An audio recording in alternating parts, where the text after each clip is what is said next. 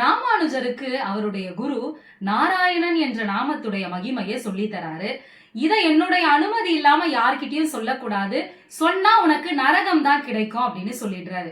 உடனே சரி சரின்னு சொன்ன ராமானுஜர் அங்கிருந்து வேகமா ஒரு உயரமான இடத்துக்கு போயிட்டு, சொர்க்கத்துக்கு போகக்கூடிய வழி எனக்கு தெரிஞ்சு போச்சு, எல்லாரும் வாங்க நான் சொல்லித்தரேன்னு அவர் கூப்பிட, யாருக்குதான் ஆசை இருக்காது இல்லையா?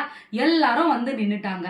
நின்ன உடனே ஓம் நமோ நாராயணாய என்கின்ற மந்திரத்தை 3 முறை சொன்னா சொர்க்கம் நிச்சயம் அப்படின்னு ராமானுஜர் சொல்லிட்டாரு. இதை கேட்டுட்டு இருந்த குரு வேகமா வந்து, நீ இத சொன்னா நரகம் கிடைக்கும்னு நான் சொன்னேன் இல்லையா, அதையும் மீறி நீ சொல்லிட்ட, அதனால உனக்கு நரகம் தான் அப்படின்னு சொல்லிட்டாரு.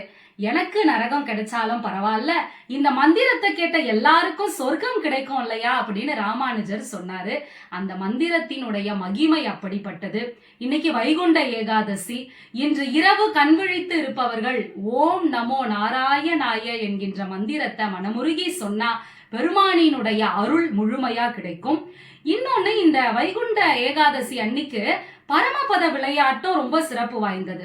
இரவு கண் விழிச்சிட்டு இருக்கவங்க இந்த பரமபத விளையாட்டை விளையாடுவாங்க. இந்த விளையாட்டுல ஏணி பாம்பு ரெண்டுமே இருக்கும் இல்லையா? எதிர்பாராத ஏற்றமோ எதிர்பாராத இரக்கமோ இதுல இருக்கும். ஏற்ற இரக்கம் நிறைந்ததுதான் வாழ்க்கை. அதை நாம எப்படி கடந்து போகிறோமோ அந்த நிலையில் நமக்கு சந்தோஷம் மகிழ்ச்சி வாழ்க்கையில நிலைக்கும்.